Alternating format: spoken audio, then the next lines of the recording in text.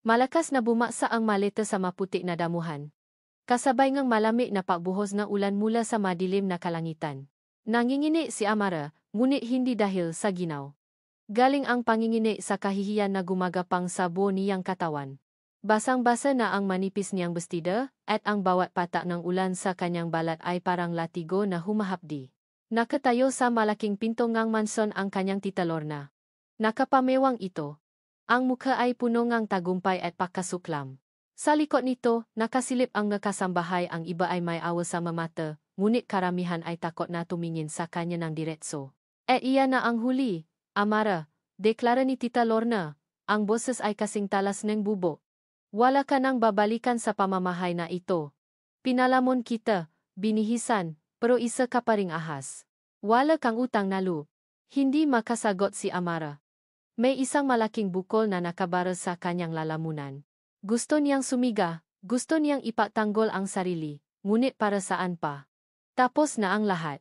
Sa loob ng isang taon mula nang mamatay ang kanyang ama, unti-unting ginawang impyerno ni Tita Lorna ang buhay niya sa sarili niyang pamamahay. Ginawa siyang utusan, ipinahiya sa harap ng lahat, at ngayon, itinatapon na parang basura. Umalis ka na.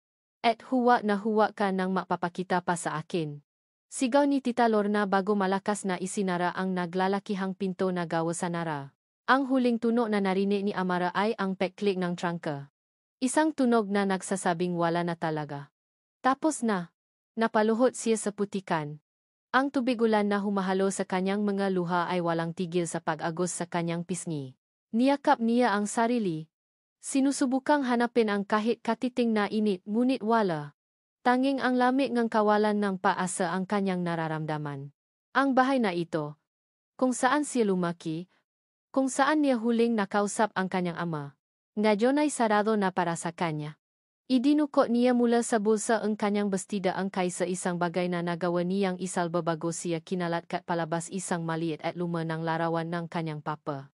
Nakangiti ito sa litrato. Ang mga mata ay puno ng baitan. Papa. Bulong niya sa hangin. Ang boses ay basak. Anong gagawin ko? Habang pinagmamasdan niya ang nababasa na ngiti sa larawan, biglang may isang alaala ang sumagi sa kanyang isipan. Isang alala na pilit niyang itinatago dahil sa sakit na dulot nito. Nakahiga ang kanyang ama sa kama, payat at hirap ng huminga. Hinawakan nito ang kanyang kamay. Ang pagkakahawa nito ay mahina, ngunit puno ang pagmamahal. Anak! Amara! Sabi nito, bawat salita ay isang pakikibaka. Tandaan mo, ang tunay na yaman ay wala sa mga bagay na nakikita. Nasa lakas ng loob. Nasa puso. Tumulo ang luha ni Amara nun, tulad ngayon. Papa! Huwag po kayong magsalita ng ganyan. Umiling ito ng marahan. Makinig ka, anak. Anuman ang mangyari. Huwag kang susuko. Mayroon akong inihanda para sayo. Isang pamana. Hanapin mo. Sa bodega. Ang lumang kahon. Nagawa sa kahoy ng nara. Papa. Ang susi, Amara. Ang susi sa lahat ay palagi mong daladala. Pangako, anak. Magpakatatak ka. Iyon ang ngahuli nitong salita. Sa gitna ng malakas na ulan at ng lamig ng gabi, ang alaalang iyon ay nagsilbing isang mali na kandila. Ang bodega. Ang kahon na gawa sa nara. Isang hiblang ng pag-asa. Gaano man kanipis. Mabilis na tumayo si Amara. Ang kanyang nga paa ay nanginginig pa rin, ngunit ngayon, mayroon ng bagong layunin. Kailangan niyang makapasok ulit. Kailangan niyang mahanap ang kahon na iyon. Alam niyang impossible. Nakasara ang malaking gate sa harap. Ngunit alam din niya ang isang lihim na daanan sa likod ng hardin. Isang maliit na butas sa pader na ginagamit niya nung bata pa siya para tumakas at makipaglaro sa labas. Sana ay naroon pa rin iyon. Dahan-dahan siyang gumapang sa gilid ng bakod, nagtatago sa mga halaman na ngayon ay nagsisilbing kanyang kakampi. Ang puso niya ay kumakabo ng napakabilis. Bawat anino ay tila isang kaaway. Bawat tunog ng kulo ay parang sigaw ni Tita Lorna. Nang marating niya ang likurang bahaging hardin, kinapa niya ang pader. Doon, sa likod ng malalaking dahon ng gabi, naramdaman niya ang pamilyar na butas. Sapat lang para pakasahin ang kanyang payat na katawan. Nang walang pag-alinlangan, Isiniksik niya ang sarili. Ang magaspang na semento ay kumaskas sa kanyang balat, ngunit hindi niya ininda. Nasa loob na siya. Tahimik siyang naglakad, bawat hakbang ay maingat. Ang tanging ilaw niya ay ang kidlat na paminsan-minsan ay gumuguhit sa kalangitan. Ang bodega ay nasa pinakadulong property, isang maliit na gusali na luma na at bihirang buksan. Nang marating niya ang pinto nito, nanginginig niyang hinawakan ang lumang patlok. Luma na ito at kinalawang. Sa isang malakas na hila, bumigay ito at bumukas. Isang amoy nga alikabok at lumang kahoy ang sumalubong sa kanya. Pumasok siya at maingat na isinara ang pinto. Madilim sa loob. Gamit ang kanyang makamay, kinapa niya ang dingding hanggang sa mahanap ang switch ng ilaw. Kumislap ang isang mahinang bumbilya, sapat lang para makita ang mga lumang kasangkapan na nababalutan ng puting tela, parang mga multo mula sa nakaraan. Sinimulan niyang hanapin. Sa likod ng isang lumang aparado, sa ilalim ng isang masang puno ng agi. At doon, sa isang sulok, nakita niya ito. Isang kahon na gawa sa makintab at maitim na kahoy ng nara. Eksakto tulad ng sinabi ng kanyang ama. Lumuhod siya sa harap nito, ang puso ay nagumapaw sa pinahalong takot at pag-asa. Dahan-dahan niyang hinaplos ang ibabaw nito. May nakaukit sa takip. Para sa aking amara. Napahagulgol siya. Ito na iyon. Ang huling pamana ng kanyang papa. Sinubukan niyang buksan ang takip, ngunit nakakandado ito. Isang maliit, antigong kandado na gawa sa tanso. Hinanap niya ang susi sa ibabaw ngahon, sa ilalim, sa paligid. Inalok niya ito, umasang maririnig ang tunog ng susi sa loob. Wala. Napayuko siya, ang noo ay nakasandal sa malamig na kahoy. Ang pag-asa na naramdaman niya kanina ay unti-unting napapalitan ng panibagong pagkadismaya. Nahanap na niya ang kahon. Pero paano niya ito bubuksan? Wala siyang susi. Nayakap ni Amara ang kahon na parang ito ang pinakamahalagang bagay sa mundo. Sa isang maliit at amoy kulop na motel room na nakuha niya gamit ang kaunting perang natira sa kanyang pitaka, doon niya dinala ang kanyang tanging pag-asa. Isinandal niya ang kanyang likod sa marupok na pinto. Pinakikinggan ang pagina ang ulan sa labas, habang ang kanyang nga mata ay nakatitik sa kahon na nasa ibabaw ng kama. Paano niya ito bubuksan? Sa loob ngalos isang oras, sinubukan niya ang lahat. Sinubukan niyang tusukin ng alambre mula sa kanyang buho ang maliit na butas ng kandado. Sinubukan niyang pupukin ito gamit ang takong ng kanyang sapatos. Natangka pa siyang ibaksa ito sa sahig. Umaasang masisira ang kandado, ngunit ang kahoy ng nara na gawa ng kanyang ama ay masyadong matibay. Napaupo na lang siya sa gilid ng kama. Talunan. Ang luhang kanina pa niya pinipigilan ay muling bumaksak. Hanggang dito na lang ba? Bibigyan siya ng paasa, para lang bawiin ulit? Ang pagod, gutom, at sakit ng damdamin ay sabay-sabay na dumagan sa kanya. Napayuko siya, at sa kanyang paggalaw. Naramdaman niya ang malamig na metal ng kuwintas na suot niya laban sa kanyang dibdib. Ang kuwintas na bigay ang kanyang papa noong bata pa siya. Isang kuwintas na hindi niya hinuhubad kailanman, dahil ito na lang ang natitirang alaala niya rito na hindi pa nakukuha ni Tita Lorna. Huminga siya ng malalim at itinaas ang kanyang ulo, napatingin sa luma at may basa na salamin sa tapat ng kama. Nakita niya ang sarili, ang magulo niyang buhok, ang namumukto niyang nga mata, ang basang damit. At sa gitna ng lahat ng iyon, ang palawit ng kanyang kuwintas. Hindi ito ordinaryong palawit. Isa itong kakaibang disenyo. Parang isang bituin na may mahabang buntot. Hinawakan niya ito. Ang nga daliri ay sinusundan ang pamilya na hugis. Ngunit ngayon, sa unang pagkakataon, tiningnan niya ito hindi bilang isang palamuti, kundi bilang isang bagay na may misteryo. Bigla. Ang nga huling salita ng kanyang ama ay umalingaw-ngaw sa kanyang isipan, malinaw na parang sinabi lang kahapon. Ang susi, Amara. Ang susi sa lahat ay palagi mong daladala. Ang susi. Ang kanyang mamata ay nanaki sa realisasyon. Ang puso niya ay nagsimulang tumibo ng sobrang bilis, na parang gustong kumawala sa kanyang dibdib. Pwede kaya? Nanginginig ang kanyang nga kamay habang inaalis niya ang kuwintas sa kanyang lig. Itinapat niya ang dulo ng palawit sa butas ng kandado. Hindi ito isang perpektong hugisusi, ngunit ang dulo nito ay manipis at may kakaibang uka. Itinula niya ito ng marahan. Sakto. Pumasok ito nang walang kahirap-hirap. Napasinghap si Amara. Dahan-dahan, sa takot na baka nananaginip lang siya. Ipinihit niya ang palawit. Isang malutong na klik ang tumunog sa katahimikan ng kwarto. Bumukas ang kandado. Nabitawan niya ito sa sobrang gulat. Totunga. Sa buong panahon na ito, ang susi ay nasa li lang niya. Sa nanginginig pa ring makamay, itinaas niya ang takip ng kahon. Isang amoy ng lumang papel at pabango ng kanyang ama ang bumalot sa kanya. Napapikit siya sandali, nilalasap ang alaala. Pagkatapos, tumingin siya sa loob. Ang unang nakita niya ay isang makapal na bungkos ng $1 at piso. Sapat para mabuhay siya ng ilang buwan nang hindi nag-aalala. Pero hindi iyon ang nakakuha ng kanyang atensyon. Sa ilalim ng pera, may isang pasaporte. Kulay maroon. Kinuha niya ito. Ang madaliri niya ay nanginginig, binuksan niya. Ang litrato ay sa kanya, pero iba.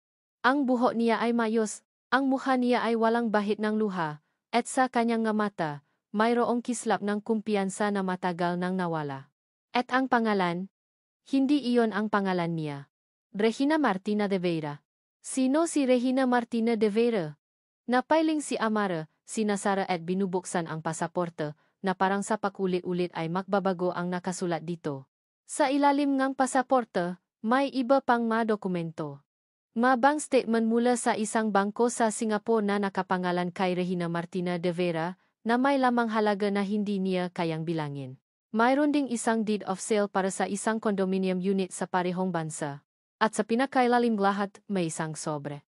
Nakasulat sa labas, sa pamilya na sulat kamay ng kanyang ama. Para sa aking Amara. Dahan-dahan niyang binuksan ang sobre. Ang puso niya ay kumakabo ng napakabilis, bawat tibo ay isang tanong. Hinila niya ang nakatuping liham at nagsimulang magbasa. Pinakamamahal kong Amara.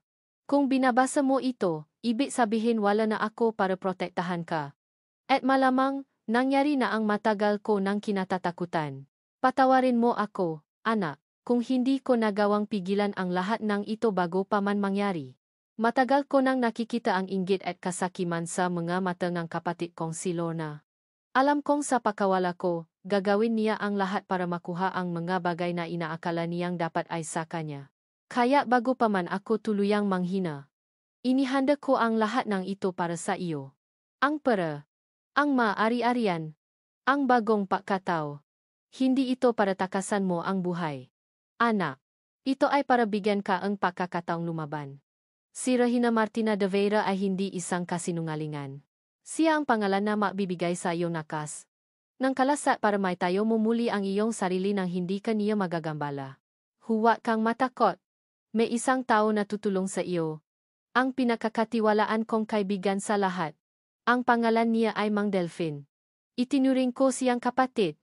Alam niya ang lahat ng ito. Ibibigay niya ang makasusunod na hakbang na dapat mong gawin. Mahal na mahal kita, anak. Tandaan mo iyan palagi. Ang iyong ama, na laging nagbabantay sa iyo. Sa ibabang ang liham ay may isang numero ng telepono. Bumuhos ang magaluhan ni Amara, ngunit sa pagkakataong ito, hindi dahil sa sakit o pagkadismaya. Ito ay magaluhan ng pagmamahal, ng pasasalamat. Hindi siya iniwang maisa ng kanyang ama. Nagiwan itong plano. Nagiwan itong pag-asa. Nagtiwala ito sa kanya. Pinunasan niya ang kanyang pisngi, ang determinasyon ay unti-unting pumalit sa kanyang kalungkutan. Kinuha niya ang kahon, isinilit ang lahat sa loop, at mahigpit itong niyakap. Tumayo siya. Kailangan niyang tawagan ang numerong iyon. Lumabas siya ang motel. Huminto na ang ulan. Ang hangin ay malinis at malamig. Naglakad siya sa basang kalsada, naghahanap ng isang teleponong pampubliko. Sa isang kanto, nakakita siya ng isang luma at kinakalawang na payphone. Idinukot niya ang huling barya sa kanyang bulsa. Nanginginig niyang inihulog ito sa siwang. Dahan-dahan niyang pinindot ang bawat numero na nakasulat sa liham. Nakring ito. Minsan. Dalawa. Sa ikatlong ring, may sumagot. Isang boses medyo lalaki, kalmado at medyo may edad na. Hello? Huminga ng malalim si Amara bago siya nakapagsalita. Hello po. Halos pabulong niyang sabi. Maaari ko po bang makausap si Mang Delphine? Natahimik ang kabilang linya ng ilang segundo. Pagkatapos, ang boses na sumagot ay nagbago mula sa pagiging simple ay naging puno ito iniinit at pag-alala. Si Amara ba ito? Tumango si Amara, kahit alam niyang hindi siya nakikita. Opo. Ako po. Narinig niya ang isang malalim na pagbuntong hininga sa kabilang linya, isang tunog ngang ginhawa. Matagal na kitang hinihintay, Amara. Sinabi ni Mang Delphine na maghintay siya sa isang maliit na karinderya sa kanto, 2 blok mula sa motel. Sumunod si Amara nang walang tanong. Umupo siya sa isang plastik na upuan sa pinakasulo, yakap-yakap pa rin ang kahon na parang ito ang kanyang kalitasan. Ilang minuto lang ang lumipas, isang itim na kotse na modelong luma pero halatang alagang-alaga ang huminto sa tapat. Bumukas ang pinto sa passenger side at isang lalaki ang lumabas. May edad na ito. Marahil nasa mga 60 anyos. May puti ng buhok sa kanyang sentido at nakasuot ng simpleng polo shirt at slacks. Ngunit sa kanyang tindi at sa kanyang mata, mayroong isang dignidad at kapanatagan na agad nagbigay ng tiwala kay Amara. Naglakad ito palapit sa kanya. Ang mga mata nito ay puno ng lungkot, awa, at higit sa lahat, pakilala. Amara? Tanong nito. Ang boses ay mahinahon at puno ng paggalang. Ito si Mang Delphine. Hindi na napigilan ni Amara ang sarili. Tumayo siya at bumuhos na muli ang kanyang maluha habang yumayakap siya sa matandang lalaki na parang isang matagal nang nawawalang ama. Hindi siya umimik. Niyakap lang siya pabalik ni Mang Delphine, hinahaplos ang kanyang likod. Tahan na, hiya. Bulong nito. Ligtas ka na. Ligtas ka na. Dinala siya ni Mang Delphine sa isang maliit ngunit malinis na apartment sa isang lugar sa Maynila na hindi pamilya kay Amara. Walang bakas ng karangyaan. Simpleng-simple lang ang lahat, isang maliit na sala, isang kusina, at isang kwarto. Ngunit para kay Amara, na nanggaling sa malamig na sahig ng bodega at sa maruming motel, ang lugar na ito ay parang isang palasyo. Ito ang inihanda ng papa mo, paliwanag ni Mang Delphine habang inihahain siya ng mainit na sabaw at kanin. Isang lugar na walang makakaalam. Matagal na itong nakahanda, umaasa kami na hindi na darating ang araw na kakailanganin mo ito. Habang kumakain si Amara, ang unang matinong pagkain niya sa loob ng maraming oras, ikinuwento ni Mang Delphine ang lahat. Si ang finance manager ng kanyang ama, ang matalik nitong kaibigan mula pagkabata. Sila ang makasamang naktayo ng kumpanya mula sa wala. At siya rin ang unang nakapansin sa mga anomalya na ginagawa ni Lorna sa mga account ng kumpanya kahit nung nabubuhay pa ang kanyang ama. Sinubukan naming ayusin, Amara, sabi ni Mang Delphine, ang nga mata ay bakas ang pagsisisi. Pero masyadong tuso ang tita mo. At masyadong mabilis nang hina ang iyong ama. Nang malaman niyang wala na siyang gaanong panahon, ibinuhos niya ang natitira niyang lakas para ihanda ang iyong pagtakas. Ang iyong kinabukasan. Pagkatapos kumain ni Amara, iniabot ni Mang Delphine ang isang laptop. Mayroon pa siyang isang huling habilin para sa iyo. Binuksan nito ang isang video file. At doon, sa screen, lumitaw ang mukha ng kanyang papa. Payat ito at maputla, nakaupo sa paborito nitong silya sa library, ngunit sinubukan nitong ngumiti para sa kanya. Anak ko Amara. Nagsimula ito. Ang boses ay hirap ngunit puno ang pagmamahal. Patawad. Patawad kung kailangan mong padaanan ang lahat ng ito. Alam kong takot ka at naguguluhan ngayon. Pero gusto kong malaman mo na hindi ka mahina. Kailanman ay hindi ka naging mahina. Huminga ito ng malalim. Nag-iwan ako sa iyo ng 2 landas, anak. 2 pagpipilian. Nasa sa iyo kung alin ang tatahakin mo. Ang una, gamitin mo ang lahat ng perang inilaan ko para sa iyo.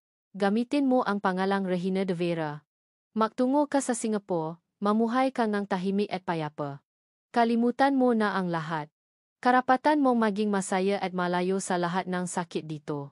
Tumingin ito diretso sa kamera na parang tinitignan siya sa mga mata. Ang pangalawang landas ay mas mahirap. Gamitin mo ang ngayaman na iyon. Hindi para tumakas, kundi para maaral.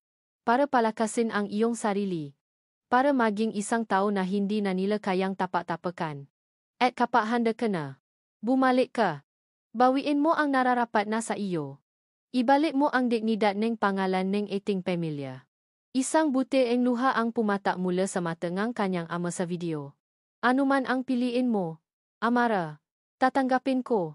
Dahil ang pinakamahalaga sa lahat ay ang kaligtasan at kaligayahan mo. Mahal na mahal kita. Aking munting prinsesa. Natapos ang video. Tanging ang tahimik na paiyak na lang ni Amara ang maririnig sa kwarto. Ngunit ang luha niya ngayon ay hindi na luha na awa sa sarili. Ito ay luha ng pagmamahal na nagumapaw at isang determinasyon na isinilang mula sa sakit. Tumingin siya kay Mang Delphin, ang kanyang mamata ay nag-aapoy sa isang bagong damdamin. Mayroon po bang gunting dito? Tanong niya.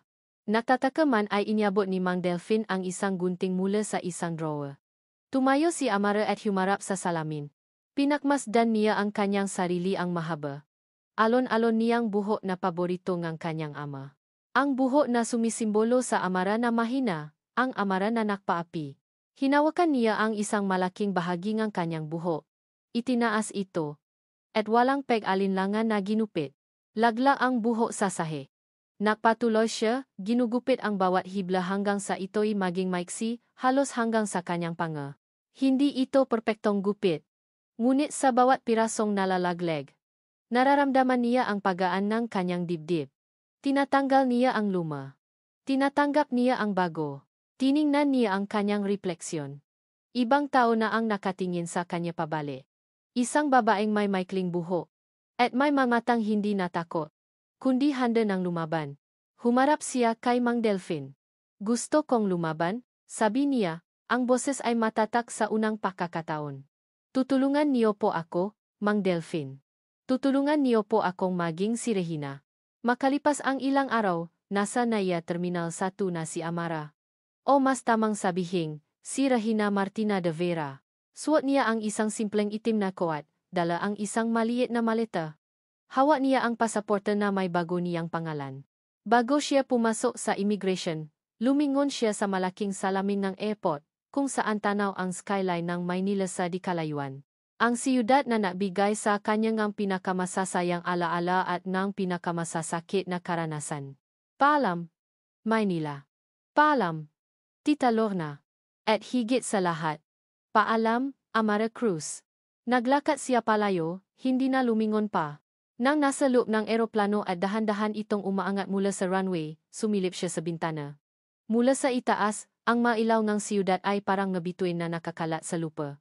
Napakaganda. At napakasakit. Hinawakan niya ng mahigpit ang kanyang pasaporte. Ito na ang simula. Magbabalik ako, bulong niya sa sarili, isang pangako na sinaksihan ng madilim na kalangitan. At sa pagbabalik ko, sisingilin ko ang lahat ng utang ninyo sa akin. Pinamasdan ni Miguel Sarmiento ang kanyang refleksyon sa salamin ng bintana ng boardroom. Kitang-kita mula sa ika-35 palapa ang nakikislapang mga gusali ng Bonifacio Global City. Ngunit ang atensyon niya ay wala sa tanawin. Nasa lalaki itong nakatingin pabalik sa kanya. Suot ang pinakamahal niyang Armani suit. Ang buhok ay perpektong nakaayos, ngunit sa kanyang nga mata, may isang kislap ng kaba na hindi niya maitago. Relax, Sarmiento, bulong niya sa sarili, habang inaayos ang kanyang kurbata sa huling pagkakataon. Ito ang pinakamalaking araw sa kanyang karera.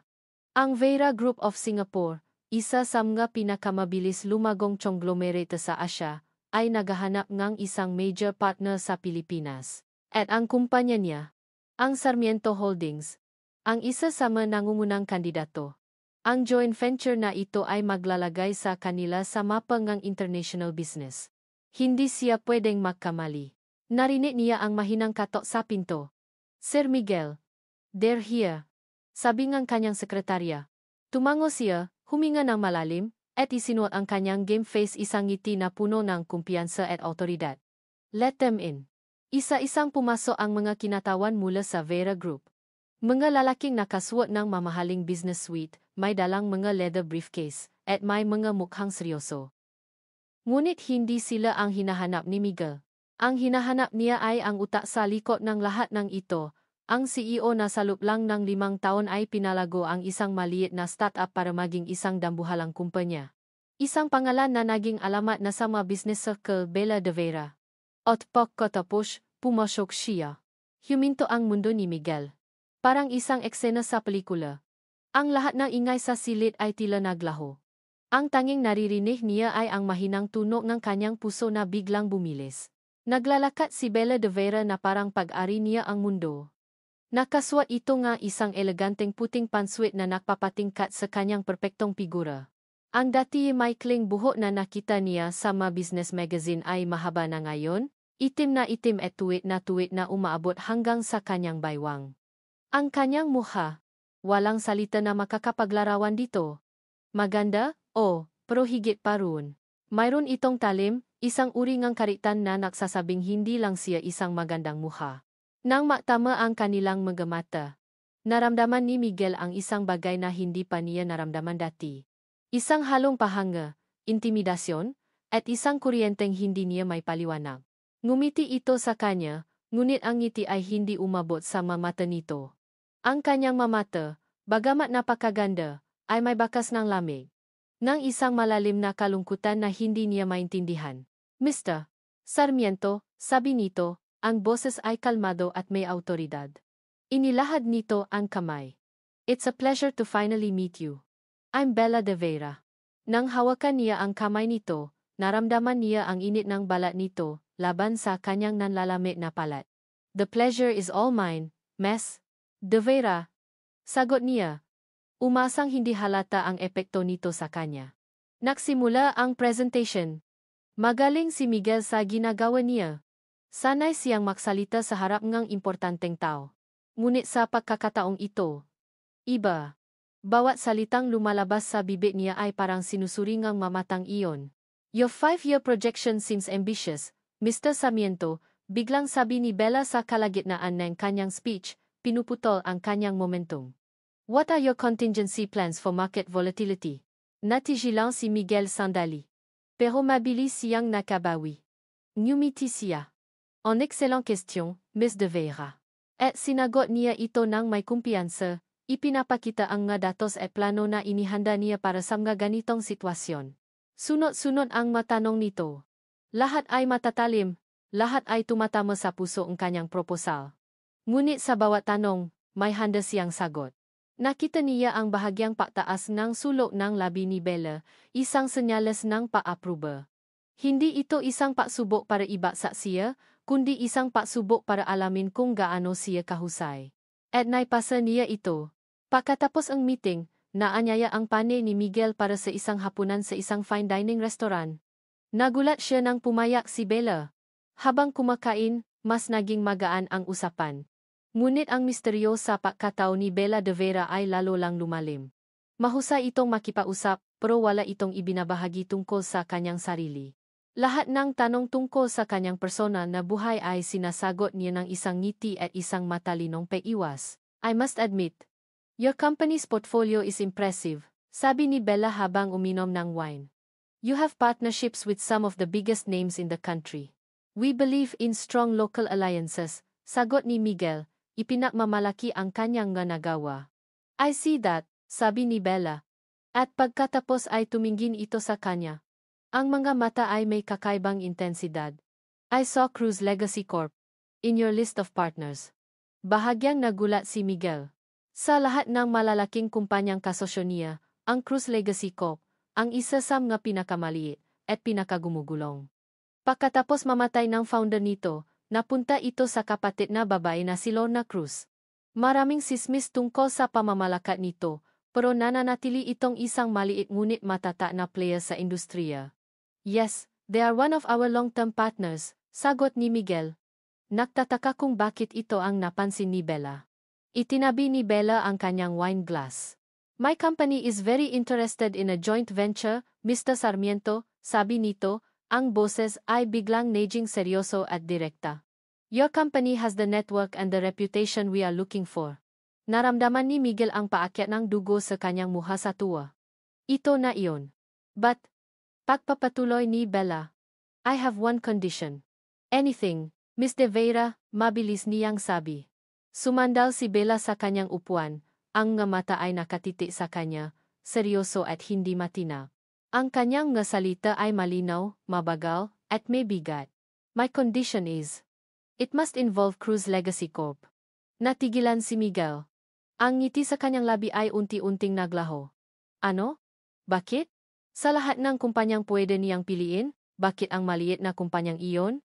Anong mayroon sa Cruz Legacy Corp na nakuha ang atensyon ng isang higanteng tulad ni Bella de Vera? Ang babaeng nasa harap niya ay hindi lang isang business partner. Isa siyang palaisipan. At sa sandaling iyon, alam ni Miguel na ang pakikipag-ugnayan sa kanya ay magiging mas komplikado at mas mapanganib kaysa sa inaakala niya. Nasa loob sila ng mamahaling sasakyan ni Miguel, tahimik na binabatas ang daan patungo sa lugar na minsan ay tinawag niyang tahanan. Para kay Miguel, ito ay isang ordinaryong business meeting. Para kay Bella de Vera, isa itong paglalakbay pabalik sa impyerno. Sa bawat pag-ikot ng gulong, nararamdaman niya ang pagbigat ng kanyang dibdib. Pinilit niyang ituon ang kanyang pansin sa mapapeles na hawak niya, financial statement at projections, ngunit ang numero at letra ay lumalabo sa kanyang paningin. Ang tanging malinaw ay ang papalapit na gusali na unti-unting lumalaki sa bintana. Ang gusali ng Cruz Legacy Corp. Hindi ito nagbago. Ganun pa rin kataas, ganun pa rin kaningning sa ilalim ng araw. Ngunit para sa kanya, hindi na ito isang simbolong pangarap ng kanyang ama. Isa na itong monumento ng pagkakanulo. Are you okay, Miss de Vera? Tanong ni Miguel, napansin marahil ang kanyang pananahimik. You seem tense. Huminga ng malalim si Bella bago lumingon. Isang malamig at profesional na ngiti ang ipinaskil sa kanyang ngalabi. Just focused, Mr. Sarmiento. This is a crucial part of our due diligence. Sa loob-loob niya, si Amara ay sumisiga. Ang kanyang mapalat ay pinapapawisan sa loob ng kanyang design na handbag. Kinuyom niya ang nga ito ng mahigpit, ang dulo ng kanyang nga kuko ay bumaon sa kanyang balat. Control. Bella. Control. Pumasok ang sasakyan sa driveway. Huminto sila sa harap mismo ng malaking pinto na gawa sa salamin. Bumaba si Miguel at magalang siyang pinabuksan ng pinto. Sa pagtapak niya sa pamilya na semento, isang malamig na kuryente ang gumapang sa kanyang buong katawan. 5 taon. 5 taon na tiniis niya ang lahat, nag-aral, nagpalakas, at binuo ang pangalang Bella de Vera. Ang lahat ng iyon ay para sa sandaling ito. Pagpasok nila sa lobby, sinalubong siya ng multong nakaraan. Naalala niya ang pagtakbo niya rito nung bata pa siya para salubungin ang kanyang ama. Naalala niya ang huling beses na nakita niya itong buhay, nakangiting kumakawi mula sa pinto and elevator. At naalala niya ang matatalim na tingin at masasakit na salita ni Tita Lorna sa mismong lugar na ito. May ilang mga empleyado na napapatingin sa kanila, bumabati kay Miguel. Ang ilan sa kanila ay mga mukhang pamilya, mga taong nakita siyang lumaki. Ngunit wala ni isang nakakilala sa kanya. Para sa kanila, isa lang siyang estrangherang mayaman at makapangyarihan. Isang bahagi niya ang nasaktan, ngunit isang bahagi ang natuwa. Ang kanyang maskara ay perpekto. Sumakay sila sa pribadong elevator patungo sa opisina ng CEO. Sa loob ng maliit na espasyo, ang katahimikan ay nakakabingi. Kitang-kita niya ang refleksyon nila sa makintab na pinto ng elevator. Si Miguel. Matipuno at seryoso. At siya, si Bella, nakatayo ng tuwid. Ang mukha ay walang emosyon, parang isang reyna na gawa sa yelo. Bumukas ang pinto. Ang opisina ng kanyang ama. Ngunit hindi na ito ang opisina na kinalakihan niya. Ang dating simpleng kasangkapan na gawa sa nara ay napalitan ng muebles na kulay ginto at puti. Ang pader ay puno ng litrato ni Tita Lorna, nakangiti kasama ang politiko at artista. Nawala na ang init at kabaitan ng lugar. Napalitan itong isang malamig at mayabang na karangyaan. At doon, sa likod ng isang malaking lamasang gawa sa salamin, nakaupo ang reyna ng lahat ng kasinungalingan. Si Tita Lorna. Mas tumanda ito, ngunit ang kasupladahan sa mukha nito ay mas tumindi. Suot nito ang isang damit na kulay pula, at ang kanyang madaliri at lig ay punong-puno ng alahas. Tumayo ito nang makita sila, isang peking ngiti ang namutawi sa malabi nitong may matingkat na lipstick. Miguel, iho. It's so good to see you, sabi nito. Ang boses ay matamis ngunit may bahid ng lason. Pagkatapos ay lumingon ito sa kanya. And you must be the famous Miss Bella de Vera. I've heard so much about you. Inilahat ni Lorna ang kamay nito. Ito na.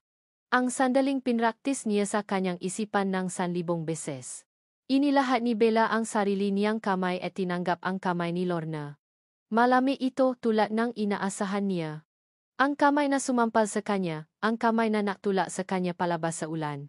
Ngunit ang pagkakahawa ni Bella ay matatag, ang kanyang mamata ay diretsong nakatitik kay Lorna, hindi napapakita ng kahit anong emosyon. Sa isang iglap, bahagyan niyang hinipitan ang hawa isang pahiwati nga lakas na tanging siya lang ang nakakaalam ngang kahulugan. Nagulat si Lorna sa lakas ang kanyang pagkakahawa, ngunit mabilis din itong nakabawi at ngumiti. Please, have a seat. I've prepared coffee. Umupo sila. Si Bella sa isang tabi, si Miguel sa kabila. Si Lorna ay nasa gitna. Ang reyna sa kanyang trono. I must say, I'm very flattered, panimula ni Lorna, pinagsasalikop ang kanyang nga daliri na punong singsing. For a giant like Vera Group to notice our humble company. It's an honor. We don't operate on honor, Mrs. Cruz. We operate on potential. Sagot ni Bella. Ang boses ay kasing lamig ng yelo. And we see potential here. Raw. Underdeveloped potential. Ang pahiwatig ay hindi nakaligtas kay Lorna. Bahagyang nawala ang ngiti nito. Well, under my leadership, the company has seen its most profitable years. Tumingin-tingin si Bella sa paligid ng opisina, na parang sinusuri ang bawat sulok. This office has a very strong personality. Very different from the pictures I've seen of it under the original founder. Huminto siya. At pagkatapos ay tiningnan niya si Lorna. Your brother, Don Ricardo Cruz. I believe? He was a legend. From what I've read, nakakapangginayang ang nangyari sa kanya. Isang anino ang dumaan sa mga mata ni Lorna, isang kislap ng inis na mabilis din nitong tinago sa ilalim ng isang mapait na ngiti. Ah, my brother. He was a good man, yes. But too soft for this world. He was a visionary, but not a very practical businessman. It was I who had to make the difficult decisions to save this company from ruin after he was gone. Ang bawat salita ay parang karayom na tumutusok sa puso ni Bella. Kasinungalingan. Ang lahat ng ito ay kasinungalingan. Ngunit pinanatili niya ang kanyang mukha na parang isang blankong pada. Napansin ni Miguel ang namumuong tensyon. Sinubukan niyang ibahin ang usapan. My father, Alberto Sarmiento, always spoke highly of Don Ricardo. He believed in building businesses with integrity. Sa pagkarinig ng pangalan ng amo ni Miguel, napatawa ng mahina si Lorna, isang tawang mapanghamak. Ah, yes. Alberto Sarmiento. I remember him. Tumingin si Lorna kay Miguel, ang mga mata ay nang insulto. He had big dreams, that man. But he lacked the killer instinct. Masyadong malinis, masyadong marangal. A good thing he was removed from the board before he dragged my brother's company down with him. He was incompetent. Nakita ni Bella kung paano nanigas ang panga ni Miguel. Ang kamay nito sa ibabaw ng mesa ay naging kamao. My father was an honorable man, Mrs. Cruz, maring sabi ni Miguel. Ang boses ay malamig at kontrolado. Honor doesn't put food on the table, iho, sagot ni Lorna, iwinawagaywe ang kanyang kamay na parang iwinawaksi ang isang langaw. Tinapos ni Bella ang pag-usap. We have seen enough for today. My team will coordinate with yours for the financial audit. Thank you for your time, Mrs. Cruz. Tumayo siya. Hudyat na tapos na ang pulong. Hindi na niya hinintay pa ang sagot ni Lorna. Tumalikot siya at naglakad palabas, kasunod si Miguel na halatang napipigil pa rin ng galit. Tahimik sila habang naglalakad pabalik sa elevator. Ang hangin sa pagitan nilang dalawa ay mabigat. Nang sila na lang dalawa ang nasa loop, habang pababa ang elevator, nagsalita si Bella sa mahinang boses na parang para lang sa sarili niya. That was intense. I wasn't aware of the history between your families. Pagkatapos ay lumingon siya kay Miguel, ang kanyang mukha ay napapakita ng pagkamausisa, isang perpektong maskara ng isang tagalabas na gustong umintindi. What exactly happened between your father and I mean, Mrs. Lorna's brother? Napakunot ang no ni Miguel. Ang tanong ay simple, ngunit ang paraan ng pagkakabikas nito, kasama ang munti ng pagkakamali, ay naiwan ng kakaibang pakiramdam sa kanya. Tinitigan niya si Bella. Ang nga mata nito ay kalmado at nagtatanong, ngunit sa ilalim niyon, mayroon siyang naramdamang isang bagay na mas malalim, isang bagay na hindi niya mapangalanan. It's a long, complicated story, sagot ni Miguel. Ang boses ay medyo malamig pa rin. Lona's version is that my father was incompetent. My father's version, well, he never talked about it much. He just said he was betrayed. Betrayed? Ulit ni Bella, ang isang salitang iyon ay punong kahulugan. Tumango si Miguel. He trusted Don Ricardo. They were the best of friends. But according to the records, my father made a series of bad investment decisions that almost bankrupted the company. He was forced to resign and sell his shares for almost nothing. It ruined him. It ruined our family's name for a time. Nanatiling tahimik si Bella, ngunit ang kanyang nga mata ay hindi bumibitaw sa kanya. Para siyang naghihintay, nag-antay ng iba pa. I was just a kid when it all happened, pagpapatuloy ni Miguel. Isang mapait na anggiti ang gumuhit sa kanyang labi. All I know is that from a man who loved his work, my father became a quiet, broken person. He never set foot in the business world again. And he never, ever, mentioned the name Cruz again. Dumating ang elevator sa ground floor. Bumukas ang pinto. Naunang lumabas si Bella. Huminto siya sa gitna ng lobby at muling tiningnan ang malaking logo ng Cruz Legacy Corp. Na nakasabit sa pader. Betrayal, bulong niya. Na parang kinakausap ang sarili. It's a powerful poison. It can destroy not just one life, but generations. Pagkatapos ay humarap siyang muli kay Miguel. Ang ekspresyon niya ay mahirap basahin. Isang halo ng simpatiya, ngunit mayroon ding isang bagay na parang determinasyon. I'm sorry you had to hear that, Mr. Sarmiento. And I'm sorry for what happened to your father. Sa unang pagkakataon, naramdaman ni Miguel ang isang kislap ng sinseridad mula sa kanya. Sa isang sandali, nawala ang malamig na CEO at nakita niya ang isang babae na tila nakakaintindi ng sakit. Ngunit kasing bilis ng paglitaw nito, nawala rin ito, napalitan muli ng kanyang profesional na maskara. This changes nothing about our business proposal, of course, dagdag niya. But it does add a layer of complexity. We need to be more careful. Tumango lang si Miguel, masyadong maraming iniisip para makapagsalita. Habang naglalakad sila palabas ng gusali, pabalik sa naghihintay na sasakyan, isang tanong ang paulit-ulit na umiikot sa kanyang isipan. Bakit ngayon? Bakit ang Vera Group? At bakit si Bella de Vera, isang babaeng kasing misteryosong gabi, ay biglang nakaroon ng matinding interes sa isang halos nakalimutan ng kabanata ng buhay ng kanyang pamilya. Naramdaman niya na ang joint venture na ito ay hindi na lang tungkol sa pera. Mayroong mas malaking laro na nagaganap. At siya, nang hindi namamalayan, ay nasa gitna na nito. Hindi mapakali si Miguel. Ilang araw na ang lumipas mula nung pagbisita nila sa Cruz Legacy Corp. Ngunit ang salita ni Lorna Cruz ay umulit-ulit pa rin sa kanyang isipan. Incompetent. Masyadong marangal. A good thing he was removed. Ngunit hindi iyon ang pinakagumugulo sa kanya. Ang gumugulo sa kanya ay ang imahe ni Bella de Vera. Ang paraan ng pagtatanong nito. Ang bahagyang pagkakamali sa pagsasalita. At ang kakaibang kislap sa mga mata nito nang marinig ang pangalan ng kanyang ama. Mayroon siyang itinatago. Sigurado si Miguel doon. Gabi na, ngunit nasa opisina pa rin siya, nakatitik sa mga financial report ng Cruz Legacy Corp. Na parang ang nga numero mismo ang magbibigay sa kanya ng sagot. Pero ang isip niya ay lumilipat. Sa gitna ng kanyang pag-aisip, napansin niya ang isang ilaw na bukas pa sa kabilang dulo ng palapak ang conference room na ipinagamit niya sa team ni Bella. Hindi niya alam kung anong natula sa kanya. Siguro ang kuryosidad. O siguro, isang bagay na iba. Tumayo siya at naglakad papunta sa pantry. Nagtimpla siya ng 2 tasa ng kape. Dahan-dahan siyang kumatok sa pinto and conference room bago ito binuksan. Naroon si Bella. Mag-isa.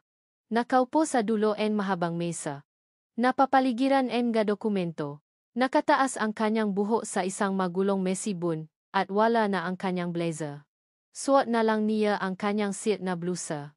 Sa unang pagkakataon, nakita siya ni Miguel na hindi mukhang isang perpektong CEO. Mukha siyang pagod. Mukha siyang tao. Naangat ito ang tingin, bahagyang nagulat. Mr. Sarmiento, sabi nito. Miguel. Pagtatama niya.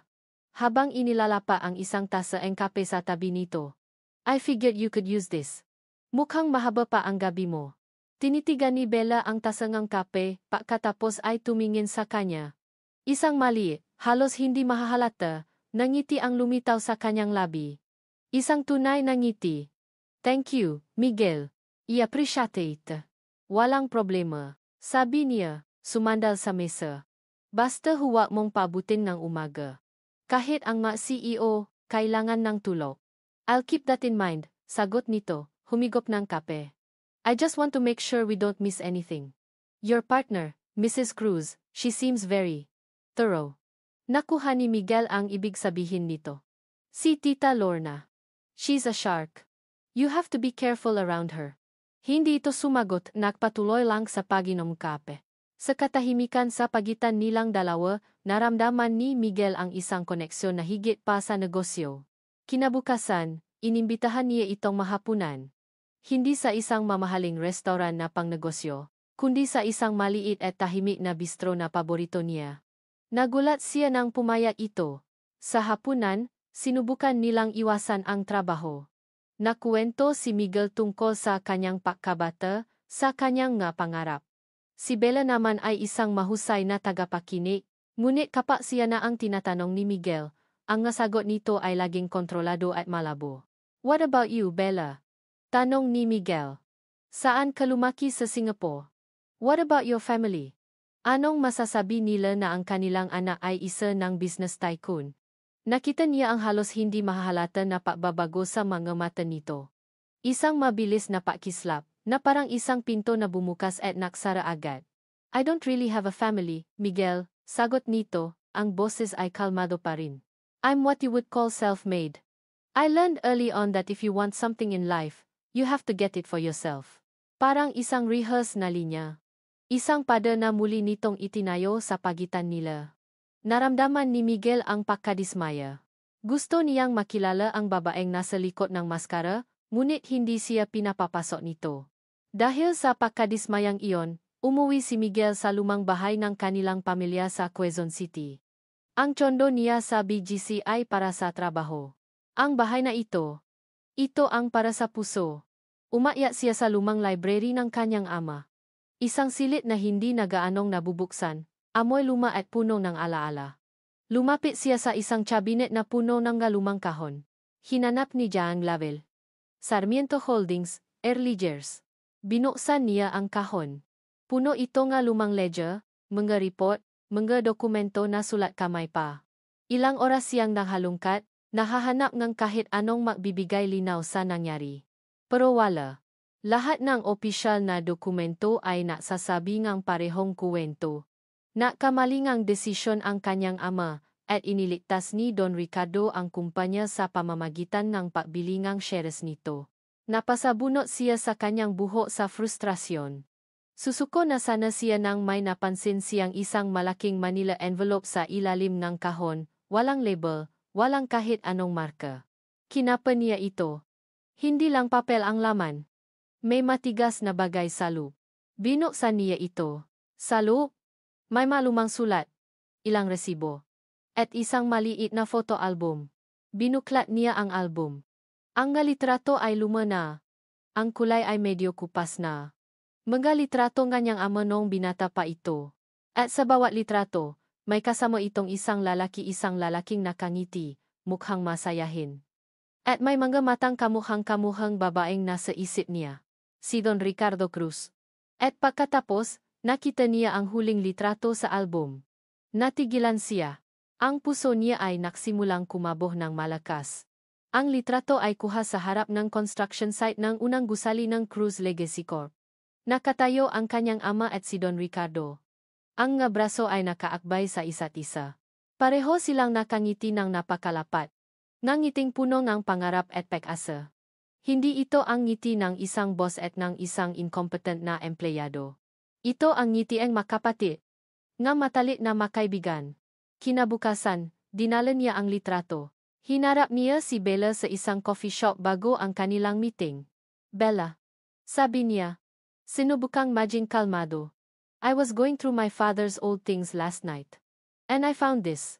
Inilapa niya ang litrato sa mesa sa pagitan nilang dalawa. Tumingin si Bella sa litrato.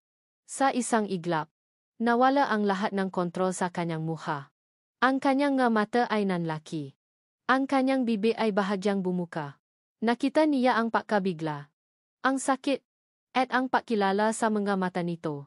Nakita niya, sa isang sandali, si Amara. "My father kept this," sabi ni Miguel. Ang boses ay mababa at puno ng pagdududa. "They look like best friends, don't they? It's strange. For a man he supposedly fired for being incompetent." Hindi makasagot si Bella.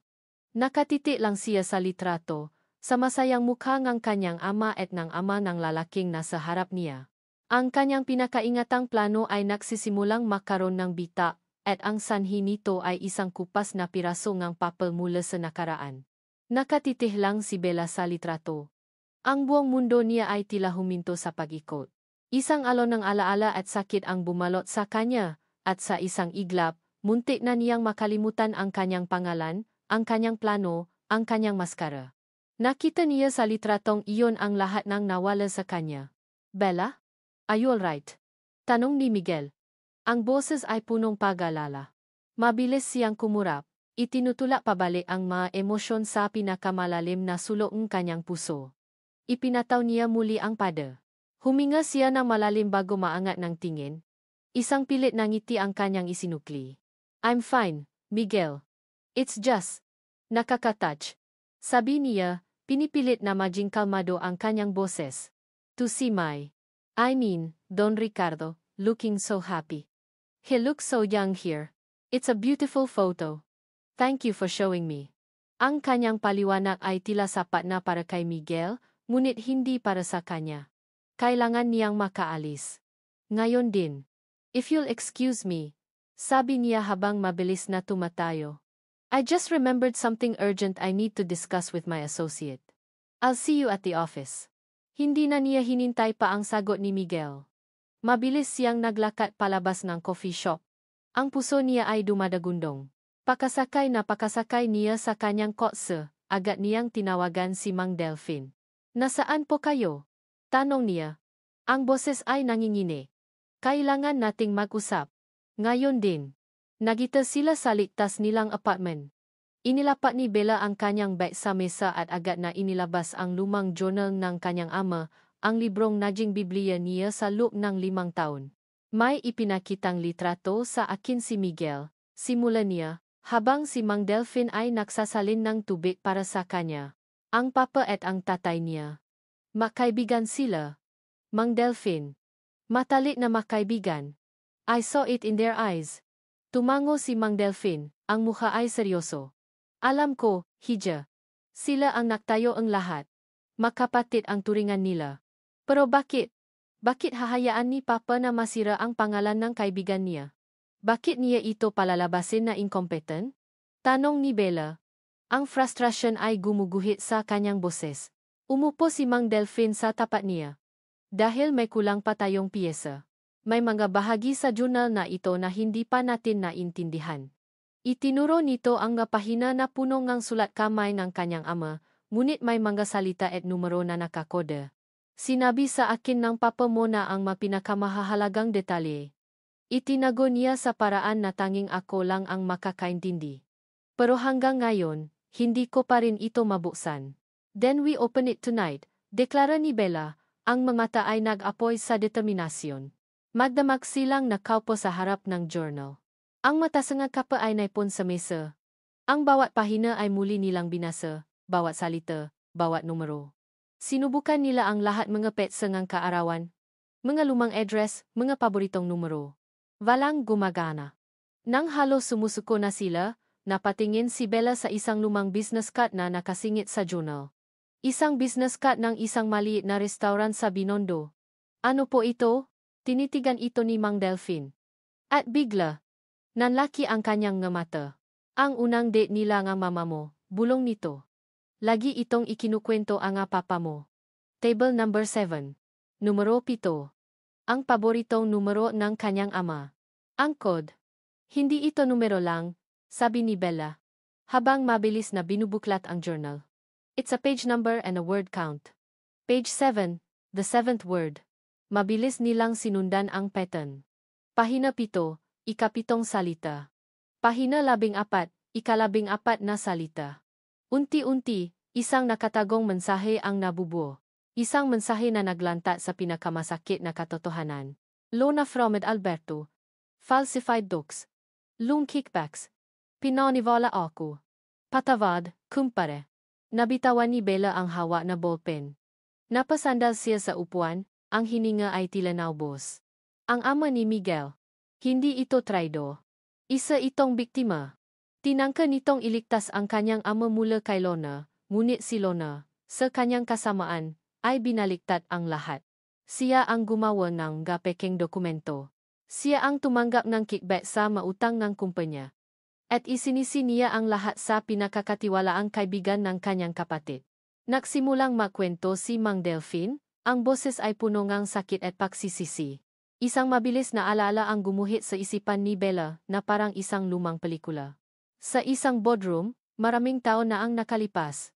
Ricardo, may transaksyon akong nakita na hindi dumadaan sa tamang proseso, sabi ng isang mas batang Alberto Sarmiento, ang mukha ay puno ng pag-aalala. Inilata niya ang mga dokumento sa mesa. Ngunit bago pa makasagot si Don Ricardo, tumayo si Lorna. Ang mata ay nagluluha. Kuya, patawarin mo ako. Sinubukan kong itago ito sayo. Si Alberto. Gumagawa siya ang mga desisyon ng hindi ko alam. Inutang niya ang perangang kumpanya para sa mga mapanganib na investment. Naglabas siyang sarili niyang mga dokumentong pineke niya na may pirma na ginaya niya. Hindi totoo yan. Sigaw ni Alberto, nagulat. Ngunit si Don Ricardo, nanu'y mahina na dahil sa karamdaman at bulak sa patitiwala sa kanyang bunsong kapatid, ay tumingin kay Alberto ng may pakadismaya. Paano mo nagawa ito sa akin, kumpare? Ang alaala ay naglaho. Napayuko si Bella. Ang bigat ng katotohanan ay dumagan sa kanya. Ang plano niya ay hindi na lang para sa sarili niya. Hindi na lang ito para sa kanyang ama. Ito ay para na rin kay Miguel. Para sa nasirang pangalan ng pamilya Sarmiento. Bigla, ang nararamdaman niya para kay Miguel ay naging mas malinaw at mas masakit. Hindi na lang ito isang simpleng atraksyon o paganga. Minamahal na niya ito. At ang katotohanan ito ang nagpapagulo sa lahat. Paano niya sasabihin ang lahat na ito? Na ang ama nito ay isang bayani, hindi isang talunan. At paano niya sasabihin na siya, ang babaeng unti-unti nitong pinagkakatiwalaan, ay isang kasinungalingan? Mamahalin pa ba siya nito kapag nalaman nitong ginamit niya ang isang pekeng pangalan para makalapit dito? O kamumuhian siya nito dahil sa pandilin lang? Kinagabihan, mula sa bintana ng kanyang hotel suite, nakita niya si Miguel na naglalakad palabas ng Sarmiento Holdings. Mag-isa ito, ang mabalikat ay tila may mabigat na pasan. Halatang ginugulo pa rin siya ang mga nangyari.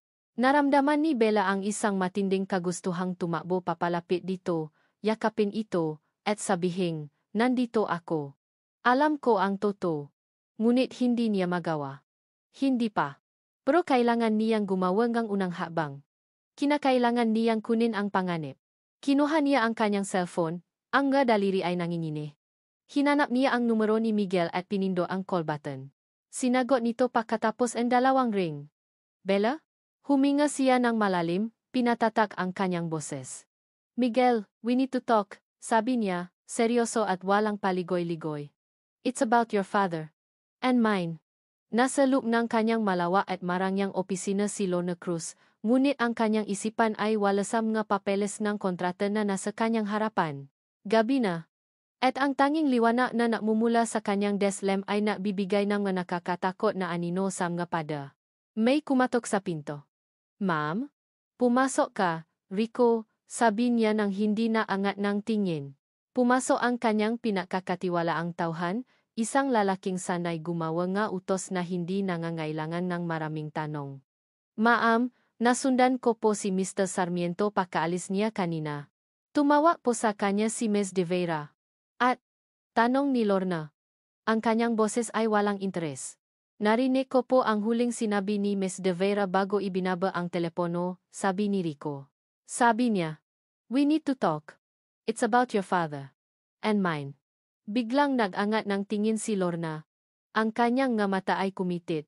And mine. Bakit isasama ng isang dayuhang CEO ang kapatid niya sa isang usapan tungkol sa mga Sarmiento?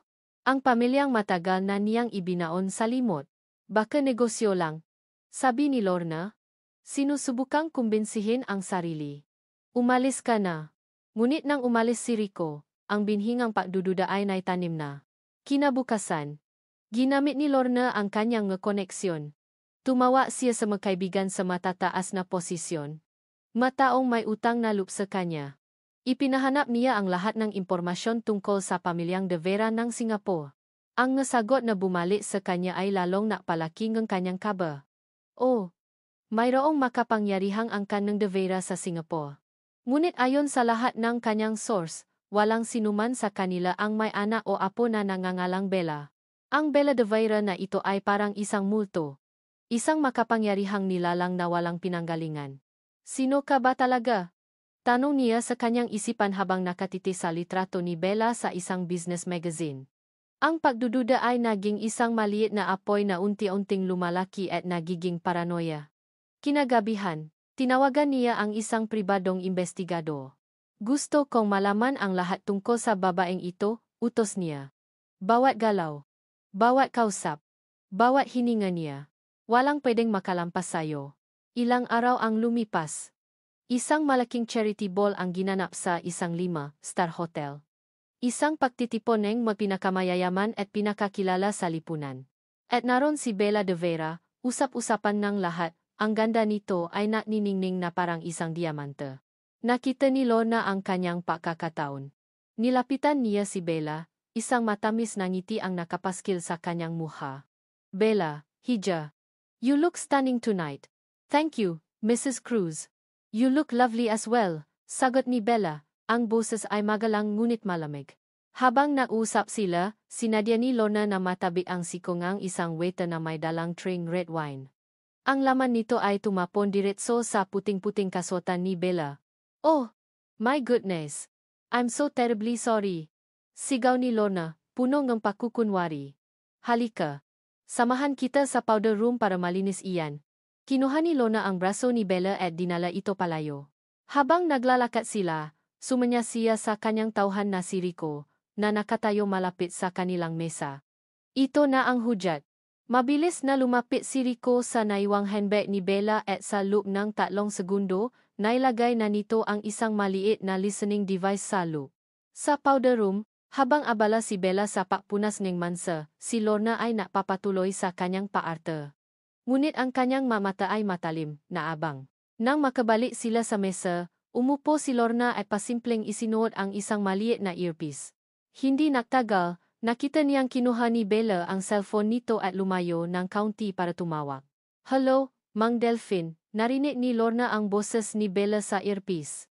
Ang boses nito ay iba, mas malambot, hindi tulad ng boses ng isang CEO. Oh, ayos lang ako. Medyo nakakapagod lang. Minsan, parang gusto ko nang sumuko. Natahimik ito sandali. Huwag kang maalala, Mang Delphine, papapatuloy ni Bella, at ang masumunod na salita ang napatigil sa paghinga ni Lorna. Hawak ko pa rin ang kuwintas ni Papa. Ito ang nabibigay sa akin ng lakas. Kuwintas ni Papa. Kinabukasan, tumawag ang investigador kay Lorna. Ma'am, may nakuha na po akong impormasyon. Wala po talagang Bella De Vera sa Singapore na konektado sa mga kilalang pamilya. Pero may isa pa po akong nakita. Ano yon? Nainip na tanong ni Lorna. Lagi po siyang may suot na kuwintas. Hindi po niya hinuhubad. Na-zoom in ko po sa isang litrato. Simple lang po, pero kakaiba ang disenyong palawit. Anong hugis? Maring tanong ni Lorna. Ang puso ay nagsisimula ng kumabo. Mukha po siyang susi. Isang palawit na hugis susi. Nabitawan ni Lorna ang kanyang cellphone. Bumasa ito sa mamahaling Persian carpet, ngunit hindi niya ito pinansin. Ang kanyang isipan ay lumipat pabalik, 5 taon na ang nakalipas. Sa araw na pinalayas niya si Amara. Naalala niya kung paano niya hinaluho ang buong mansyon. Kinuha niya ang lahat ng alahas, lahat ng mahahalagang gamit. Ngunit may isang bagay siyang hindi nakita. Ang paboritong kwintas ni Ricardo na ibinigay nito sa kanyang anak. Isang kwintas na may palawit na hugis susi na hindi niya maintindihan kung para saan. Ang babaeng iyon. Ang mataas, elegante, at makapangyarihang si Bella de Vera. Si Amara. Ang payat. Iyakin. At kawaawang pamangkin niya na tinapon niya sa kali. Napasandal si Lorna sa kanyang upuan.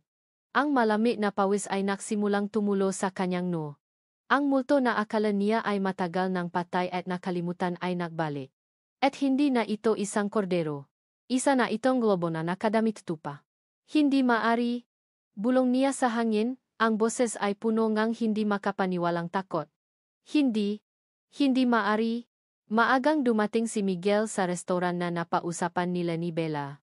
Hindi ito isang mamahaling lugar, kundi isang pribado at tahimik na sulok sa isang hotel lounge, isang lugar kung saan maari silang mag-usap ng walang nakakagambala. Nasa bulsa ang kanyang koat ang litratong kanilang nga ama. Sa kanyang isipan, paulit-ulit na tumatakbo ang nga huling salita ni Bella sa telepono. It's about your father. And mine. Isang bahagi niya ang kinakabahan. Ngunit isang mas malaking bahagi niya ang umaasa.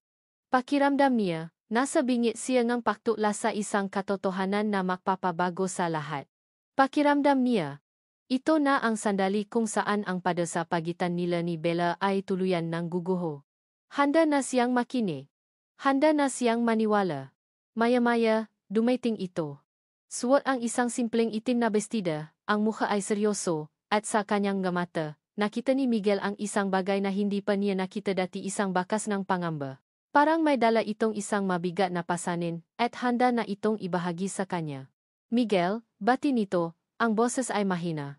Tumayo siya para salubungin ito. Bella. Thank you for coming. Umupo ito sa tapat niya. Nagumpisa na sana siyang magsalita, nagumpisa na sana itong makwento, ng isang pamilya at nakakainis na boses ang pumutol sa kanilang katahimikan. Well. Isn't this a cozy little meeting? Sabay silang napalingon. Nakatayo hindi kalayuan sa kanila si Tita Lorna, suot ang isang mamahaling damit, ang mukha ay puno ngang isang mapanusong ngiti. Naglakad ito papalapit sa kanilang mesa na parang isang ahas na papalapit sa kanyang biktima. Tita Lorna. What are you doing here? Tanong ni Miguel, hindi may tago ang inis sa kanyang boses. Miguel, iho. I'm so glad I found you, sabi ni Lorna, ang boses ay puno ang pekang pag-alala. Binaliwala nito si Bella at diretsong tumingin kay Miguel. I was so worried. May kailangan kang malaman. May kailangan kang makita. Worried about what? Kunot nung tanong ni Miguel. Ngumiti nang mapait si Lorna. About her. Itinuro nito si Bella. About this whole joint venture. I had my doubts from the very beginning. Hindi ko lang pinansin. Pero hindi na kaya ng konsensya ko, Miguel. I cannot let her do to you what was done to your father. That's not true. Lorna. You're lying. Biglang sabi ni Bella, tumayo ito, ang boses ay nanjiningi sa galit. Ngunit si Lorna ay umartang parang wala siyang narinig. Kinuha nito ang isang malaking brown envelope mula sa kanyang Hermes bag at inilapa ito sa mesa ng may kalabo. Hindi ako naparito para makipagtalo. Naparito ako para magpakita ng ebidensya, deklara ni Lorna. Binuksan ni Miguel ang envelope, ang puso niya ay nagsisimula ng kabahan. Sa loob, may mga dokumento. Mga printout ng email. Isang dosye. Sinimulan niyang basahin. Ang nga email ay di umano'y sa pagitan ni Bella at ng isang hindi kilalang tao. Ang usapan ay tungkol sa isang hostile takeover. Target acquired. Sarmiento Holdings. Phase 1 complete. Subject. Miguel. Is showing signs of emotional attachment. Use this to gain access to all assets. Once Sarmiento is secured, we move on to the weaker target, Cruz Legacy. Ang dugo ni Miguel ay tila nagilo. Sunod niyang tiningnan ang dosya. Isang profile and isang di umanong corporate raider na dalubhasa sa pag-akit sa mga CEO, sirain ang kanilang tiwala at agawin ang kanilang mga kumpanya.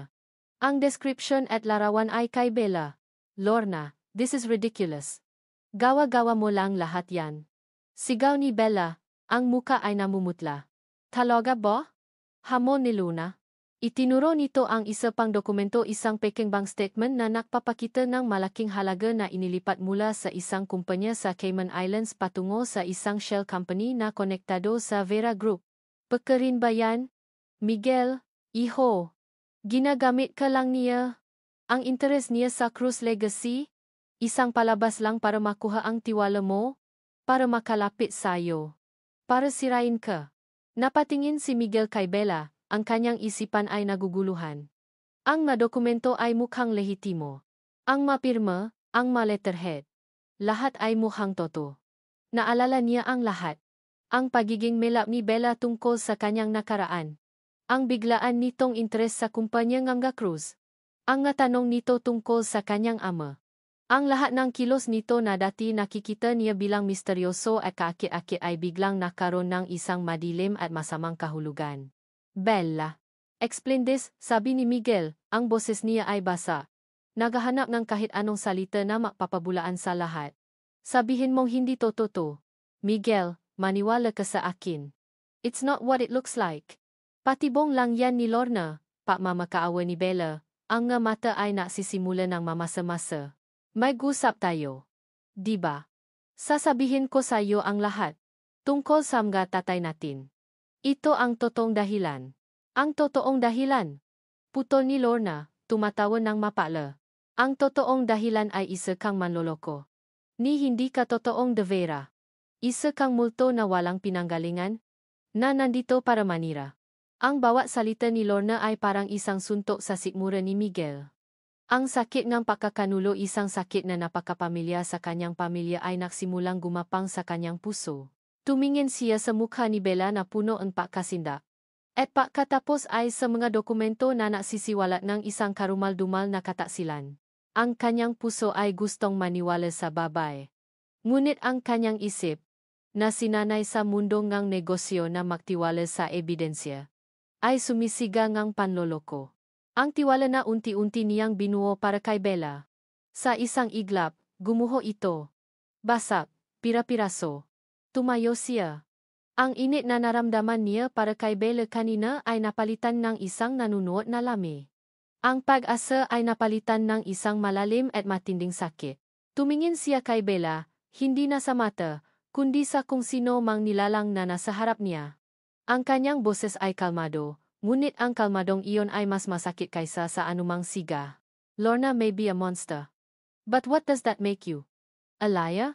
Napayuko si Bella, isang butil ng luha ang pumata mula sa kanyang mata. Wala siyang masabi. Nahuli siya. Natrap siya. Tell me, Bella.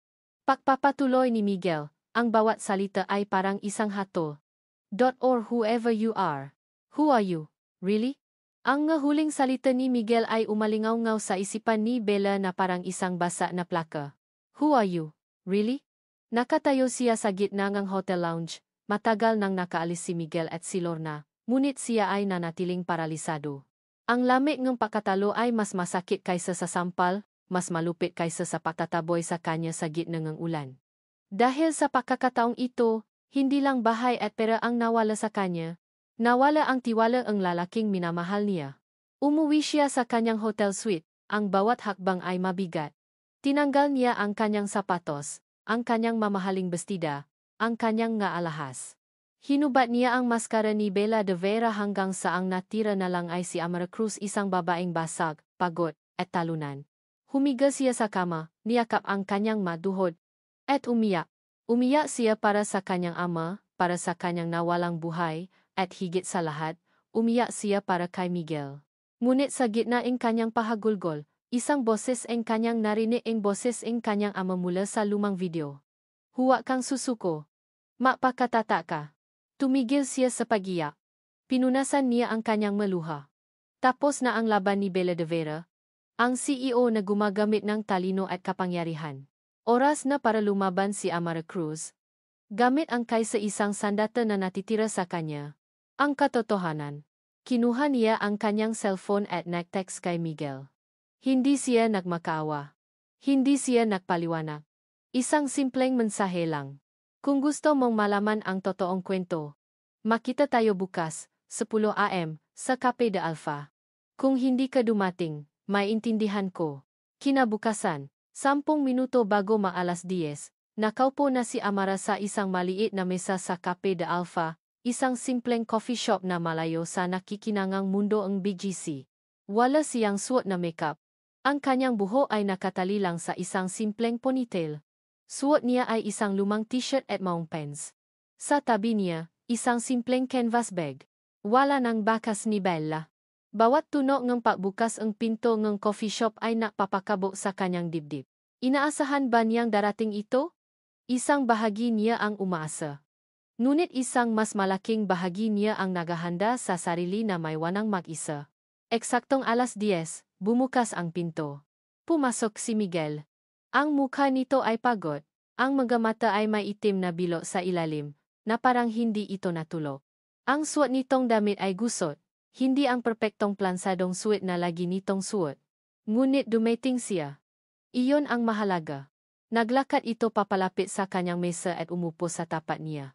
Hindi ito naksalita. Tinitigan lang siya nito, ang nga mata ay puno ng pinahalong galit, sakit, at isang kislap ng pag-aalinlangan. Naghihintay. Huminga ng malalim si Amara. Ito na. Salamat sa pagdating. Panimula niya. Ang boses ay mahina ngunit matatag. Alam kong wala akong karapatang humingi ng kahit ano sa iyo. Pero salamat pa rin. Huwag mo na akong pasalamatan, sagot ni Miguel. Ang boses ay malamig at walang emosyon. Nandito ako dahil gusto kong marinig kung anong kasinungalingan pa ang sasabihin mo. Nasaktan si Amara sa masalita nito, ngunit tinanggap niya ito. Karapatan nitong magalit. Wala ng kasinungalingan, Miguel, sabi niya. Tapos na yon. Ang sasabihin ko sa iyo ngayon ay ang katotohanan. Pagkatapos, nasa sayo na kung maniniwala ka o hindi. Nagsimula siyang magkwento. Ikinuwento niya ang lahat.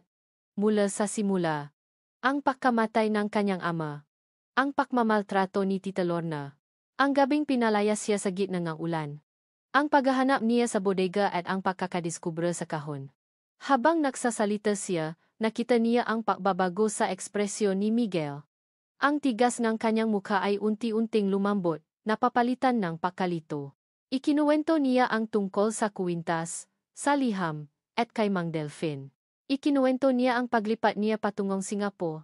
Hindi bilang si Bella de Vera, ang CEO, kundi bilang si Amara Cruz, isang babaeng gustong matuto at maging malakas. Ang pangalang Bella de Vera.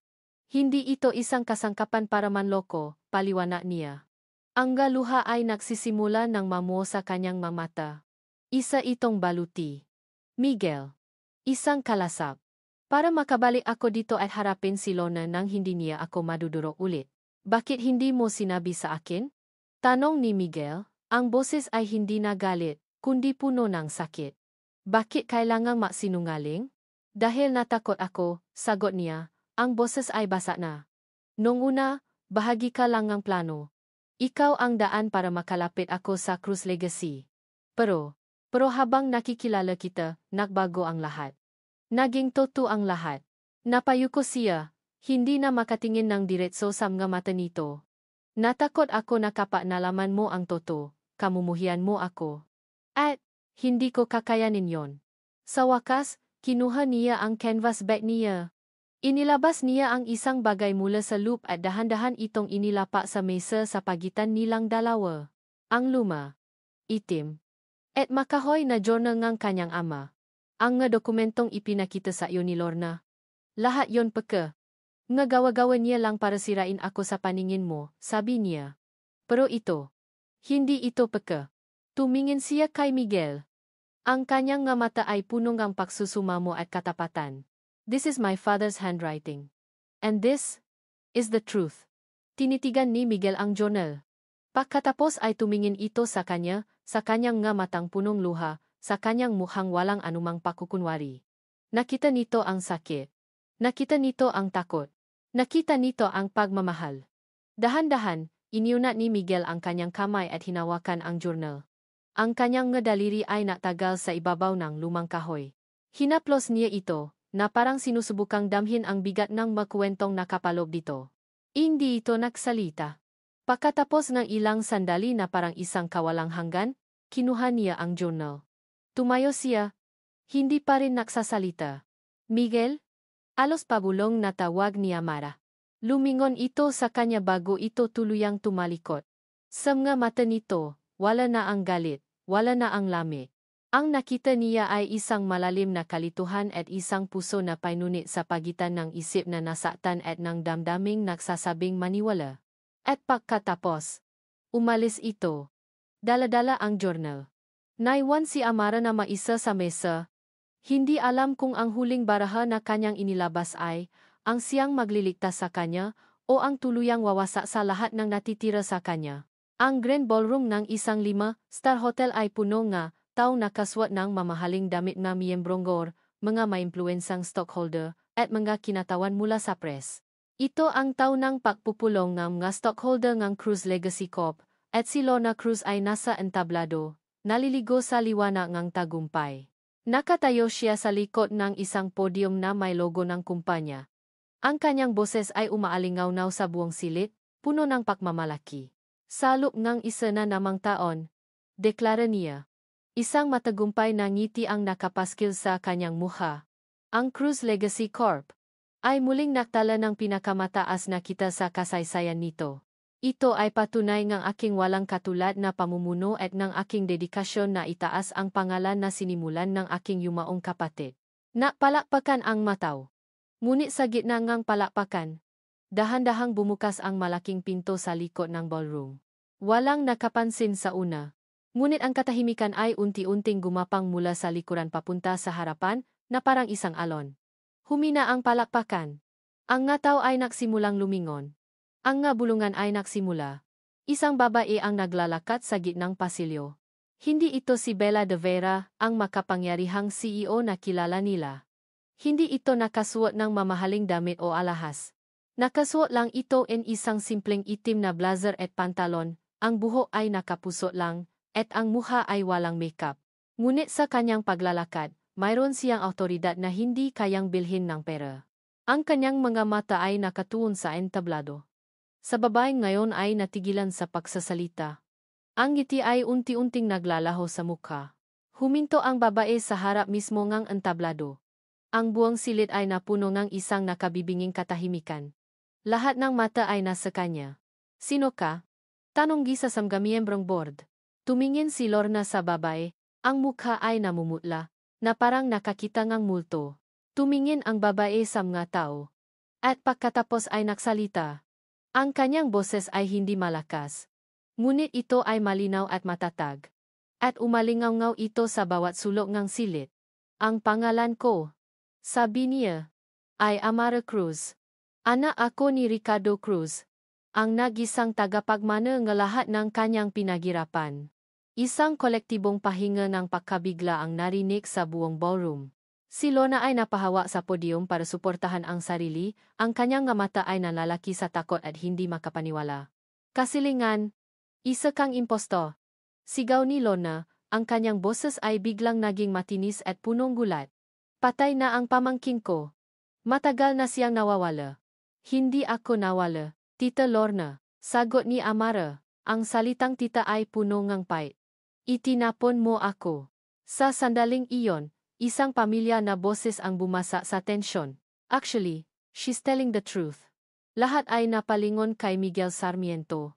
Tumayo siya mula sa kanyang upuan sa unahan, ang muka ay kalmado ngunit ang nga mata ay matalim. Sa tabi niya, nakatayo si Mang Delfin, ang matapat na kaibigan ng kanyang ama. Naglakad si Miguel papunta sa tabi ni Amara. Tumingin siya kay Lorna. Ang boses ay profesional ngunit may yelo sa bawat salita. I'm afraid there are some discrepancies in your report, Mrs. Cruz. Anong pinagsasabi mo, Miguel? Nangingini na tanong ni Lorna. Huwag kang maniwala sa babaeng yan. Oh, I believe her, sabi ni Miguel. Because I spent the entire night reading this. Itinaas niya ang isang lumang journal na may itim na takip. Ang journal ng kanyang ama. At dito, nakasulat ang lahat ng kasinungalingan mo. Lumingon si Miguel sa technical booth sa likuran. Now.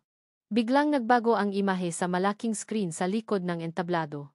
Ang dating logo ng Cruise Legacy Corp ay napalitan ng isang scan mula sa journal. Ang sulat kamay ni Don Ricardo na nadedetalyan ng kanyang mapadududa kay Lorna. Sunod-sunod na lumabas ang mga ebidensya. Isang flowchart na nagpapakita kung paano inilipat ni Lorna ang pera ng kumpanya sa kanyang personal na account. Magkopya ng pekeng dokumento na ginamit niya para palabasin na si Alberto Sarmiento ang may kasalanan. Ang litrato ni na Don Ricardo at Alberto Sarmiento, magkaibigan, na sinundan NG Peking Board Resolution na nagpatalsik kay Alberto. Ang mga bulungan sa silid ay naging malakas na pag-usap. Ang mga stockholder ay tumatayo, nagagalit. Ito ay paninira. Gawa-gawa lang yan lahat. Desperadong sigaw ni Lorna, ang kanyang mukha ay nababalot ng pawis. Walang katotohanan yan. Kung ganun, sabi ni Amara. Humagbang pakyat sa entablado. Paano mo ipapaliwanag ang testimonya nga dating empleyado na tinakot mo para manahimik? O ang nga bang record mula sa nga dami account mo sa ibang bansa? Hindi. Hindi. Sigaw ni Lorna, sinusubukang tumakbo pababa mula sa kabilang dulong ng entablado, ngunit hinarang siya nga security guard ng hotel. Humarap si Amara sa kanya. Sa wakas, pagkatapos ang 5 taon, sila ay muling makaharap. Wala na ang takot sa mga mata ni Amara. Tanging awa na lang ang natitira. Tapos na ang pagpapanggap mo, Tita Lorna, sabi ni Amara. Sa sandaling iyon, bumukas muli ang pinto ng ballroom. Ngunit sa pagkakataong ito, mga pulis na nakauniforma ang pumasok. Naglakad sila diretso sa entablado. Lorna Cruz, sabi ng isang pulis. Ang boses ay formal at walang emosyon. You are under arrest for multiple counts of fraud and falsification of public documents. 6 na buwan ang lumipas. Ang iskandalo sa Cruz Legacy Corp ay unti-unti nang humupa, napalitan ng mabalita tungkol sa bagong pamunuan nito. Nahatulan si Lorna Cruz at ngayon ay pinagdurusahan niya sa kulungan ang lahat ng kanyang kasalanan. Ang hustisya, bagamat matagal, ay dumating din. Nakatayo si Amara sa harap ng isang puntot. Ang damo sa paligid ay bagong gupit, at ang hangin ay sariwa. Dahan-dahan niyang inilapa ang isang buket ng puting rosa sa ibabaw ng lapida kung saan nakaukit ang pangalan. Ricardo Cruz. Nagtagumpay po tayo. Papa. Bulong niya. Ang boses ay puno ng emosyon ngunit wala ng sakit. Naibalik na po natin ang lahat. Isang banayad na hangin ang umihip, na parang isang yakap mula sa nakaraan. Napangiti si Amara. Isang ngiting toto at payapa. Sa tulong ni Miguel at Mang Delphine, sinimulan niyang buuin muli ang kumpanya, ngunit sa tamang paraan. Tinanggal niya ang lahat ng bakas ng kasakiman ni Lorna at pinalitan ito ng integridad na itinuro sa kanya ng kanyang ama. Ang Cruz Legacy Corp ay dahan-dahang nagbabagong anyo, mula sa isang simbolo ng pagkakanulo patungo sa isang simbolo ng pag-asa. Isang araw, kinausap niya ang lahat ng empleyado sa isang town hall meeting. Hindi na siya ang malamig na si Bella de Vera na nakilala nila. Siya na si Amara Cruz, ang pinuno na may puso. Hindi ko may papangako sa inyo na magiging madali ang lahat. Sabi niya sa kanila. Pero may papangako ko sa inyo na sa ilalim na aking pamumuno. Ang bawat isa sa inyo ay kikilalanin, rerespetuhin, at magiging bahagi na isang pamilya. Itatayo nating muli ang kumpanyang ito, hindi lang sa pundasyon ng kita, kundi sa pundasyon ng tiwala at dangal. Napalakpakan ang mga tao, hindi dahil sa utos, kundi dahil sa pahanga at respeto. Isa sa maunang desisyon na ginawa niya ay ang pagbenta sa mansyon, ang bahay na minsan niyang tinawa na tahanan ngunit naging kulungan din. Masyadong maraming masasamang alala ang nakakabit dito. Ang perang pinagbentahan ay ginamit niya para maktayo niya isang foundation sa pangalan ng kanyang ama. Isang foundation na tutulong sa mga batang ulila na makapatapos ng pag-aral. Ayaw na niyang bumalik sa luma. Gusto niya ay lumihang ang bago. Kaya lumipat siya sa isang modernong condominium unit sa BGC. Isang lugar na maliit lang kumpara sa dati, ngunit para sa kanya, ito ang tunay na tahanan. Dahil ito ay sa kanya, pinagirapan niya, at puno ito na mabagong simula. Isang gabi, habang nakatayo siya sa balkonahe, pinagmamasdan ang nga ilaw ng siyudad, naramdaman niya ang isang pamilya na presensya sa kanyang likuran. Hindi niya kailangang lumingon para malaman kung sino ito. Naramdaman niya ang braso ni Miguel na dahan-dahang pumulupot sa kanyang baywang. Isinandal niya ang kanyang ulo sa dibdib nito, nilalasap ang init at kapanatagan na tanging ito lang ang makakapagbigay. Ang lalim ngang inisip mo, bulong ni Miguel sa kanyang buhok. Inisip ko lang kung gaano kabilis magbago ang lahat, sagot ni Amara. 6 na buwan pa lang ang nakalipas, Pero parang ibang buhay na ang pinanggalingan ko. Tumingin siya kay Miguel. Ang nga mata nito ay puno ng pagmamahal at pag-unawa. Ang lahat ng sakit at pagdududa na minsan ay namagitan sa kanila ay naglaho na, napalitan ng isang tiwalang mas matibay pa sa anumang kasinungalingan. Hindi mo na kailangang isipin yun, sabi ni Miguel. Ang mahalaga ay kung nasaan ka ngayon. At nasaan nga ba ako ngayon? Tanong ni Amara, na may mapaglarong ngiti. Ngumiti si Miguel. Hinawakan nito ang kanyang muha at dahan-dahan siyang hinalikan isang halik na hindi na natatanong, hindi na nadududa. Isang halik na puno ng pangako, ng pagtanggap, at ng isang pag-ibig na sinubok ng apoy at lumabas na mas matata. Nasasimula ka, bulong ni Miguel pagkatapos na halik. Nasasimula tayo. Makayakap silang dalawa, pinagmamasdan ang walang katapusang mailaw ngang siyudad. Ang bawat ilaw ay isang kwento, isang pangarap. At sa wakas, handa na si Amara na isulat ang sarili niyang kwento. Hindi na siya si Amara na biktima, o si Bella na mapagiganti. Siya na ngayon ang pinaksamang lakas and dalawa, isang babaeng natutong hanapin ang kanyang kapangyarihan hindi sa paghihiganti, kundi sa pagpapatawad sa iba, at higit sa lahat, pagpapatawad sa sarili. Handa na siyang harapin ang anumang simula, basta't kasama niya ang lalaking nagturo sa kanya kung paano muling magtiwala at magmahal. At sa katahimikan ng gabing iyon, alam nilang dalawa na ito na ang kanilang tunay na happily ever after, hindi isang pagtatapos, kundi isang magandang simula. At dito nagtatapos ang makulay na kwento ng pag-ibig at pagbangon nina Amara at Miguel. Mula sa kaibuturan ng aming puso, maraming salamat po, aming maminamahal na kapuso, sa inyong walang sawang pagsubaybay sa bawat kabanata ng kanilang paglalakbay. Habang isinusulat namin ang bawat salita, ramdam namin ang bawat pihati ni Amara, ang bawat pagdududa ni Miguel, at ang bawat hibla ng paasang kanilang pinanghawakan.